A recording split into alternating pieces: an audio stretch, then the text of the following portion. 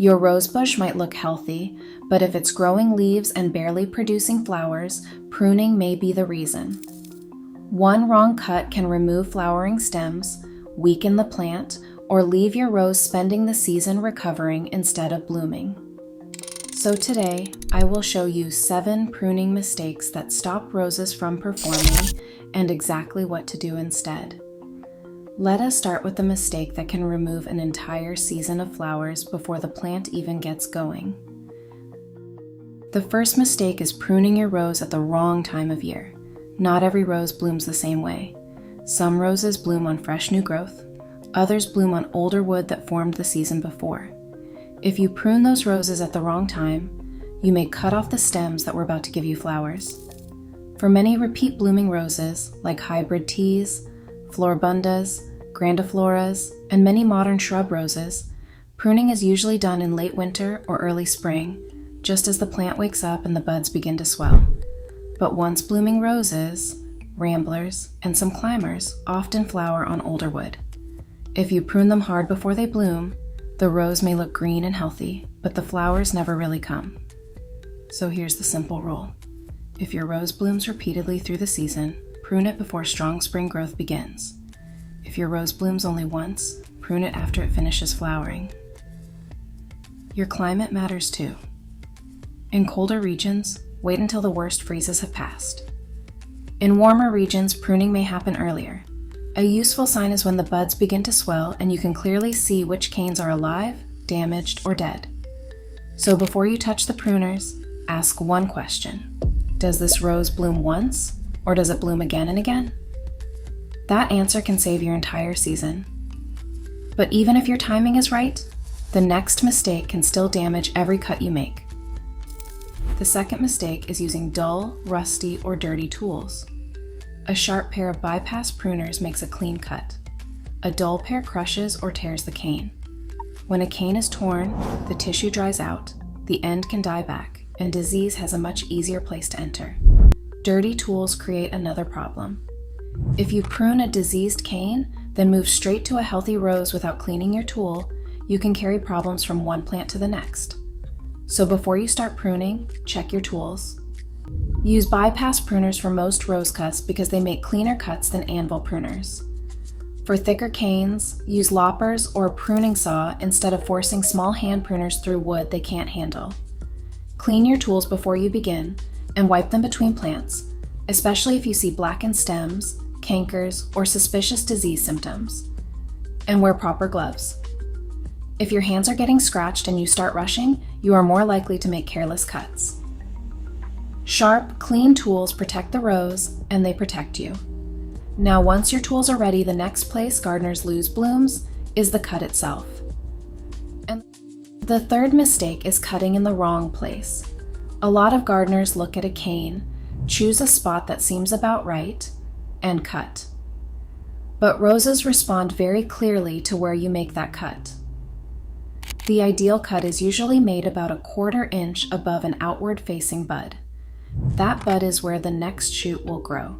If the bud points toward the center of the plant, the new shoot grows inward. That creates crowding, poor airflow, and a tangled shape. If the bud points outward, the new shoot grows away from the center. That helps the rose stay open, balanced, and easier to manage. Don't cut right on top of the bud because the bud may dry out or die, but don't leave a long stub either because that stub often dies back. Aim for a clean angled cut, about a 1/4 inch above an outward-facing bud. Before you cut, ask where will this new shoot grow? If the answer is into the middle of the plant, choose a better bud, because a clean cut in the wrong place can still create a messy rose. And before you even start shaping the rose, there is another mistake to fix first. The fourth mistake is leaving the wrong wood on the plant. Some gardeners are afraid to remove canes because they think more stems means more flowers. But with roses, more growth does not always mean better growth. Start by removing anything dead, diseased, damaged, crossing, weak, or growing into the center. Dead canes are usually brown, black, brittle, shriveled, or hollow inside. Diseased canes may have dark spots, sunken areas, or damaged sections. Crossing canes rub against each other in the wind, creating wounds where disease can enter. So your first pruning step should always be cleanup. Remove dead wood, remove diseased wood, remove damaged canes, remove canes that cross and rub, and remove thin, weak growth that cannot support strong flowers. This is not just about making the plant look tidy, it is about choosing which canes are worth keeping. A rose only has so much energy. If it is supporting weak or damaged growth, it has less energy available for strong canes and better flowers. So do not ask, how much can I leave? Ask, which canes are worth keeping? Keep the strong, healthy, well-placed canes. Remove the ones that are dead, diseased, damaged, crossing, weak, or growing into the center. But before you start cutting every rose the same way, remember this: different roses need different treatment. And the fifth mistake is treating every rose like it has the same growth habit. A hybrid tea is not pruned exactly like a floribunda. A shrub rose is not pruned exactly like a climbing rose, and a rambler is not pruned exactly like a miniature rose. Hybrid tea roses are often pruned to encourage strong stems and larger individual blooms.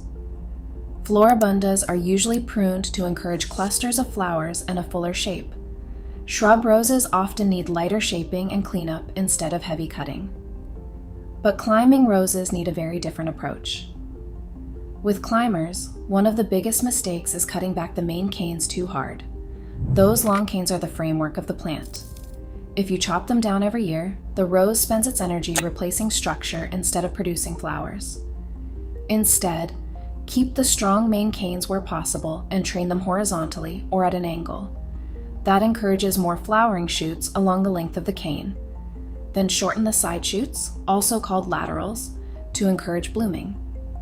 So before you prune, try to identify what you have: a bush rose, shrub rose, climber, rambler, miniature rose, or old garden rose.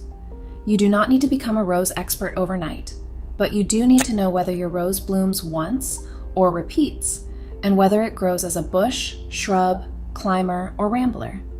Because once you know the rose in front of you, you can make a much better decision about how much to remove.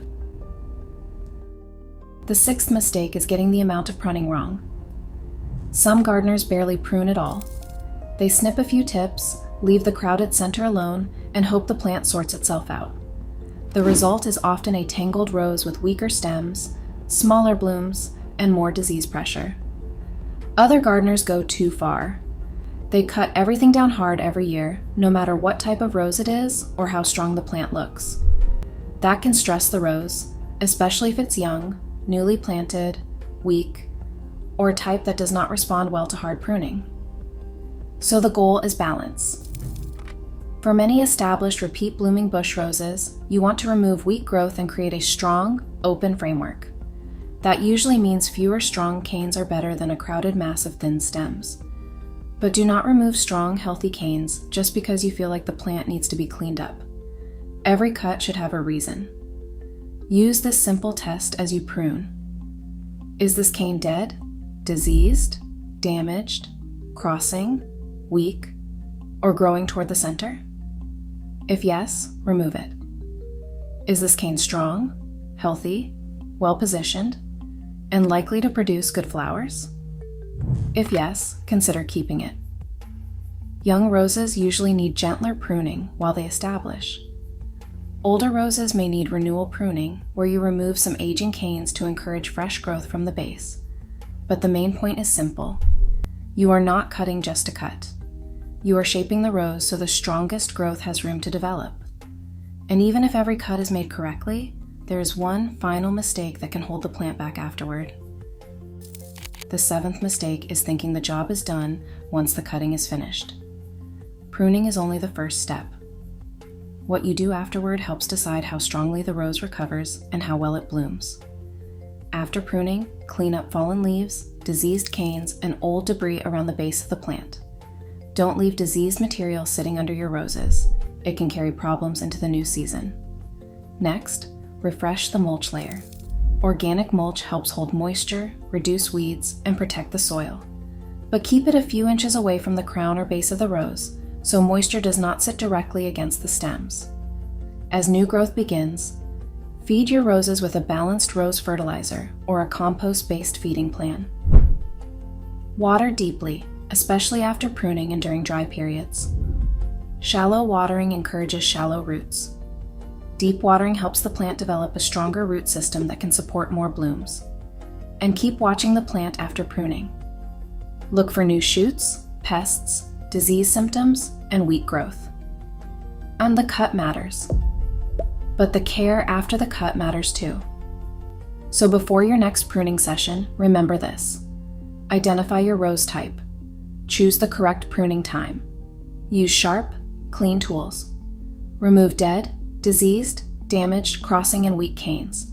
Shape the rose so the center stays open. Cut above outward-facing buds. Finish with cleanup, mulch, feeding, and deep watering. Follow those steps, and your roses have a much better chance of producing stronger canes, healthier growth, and more flowers.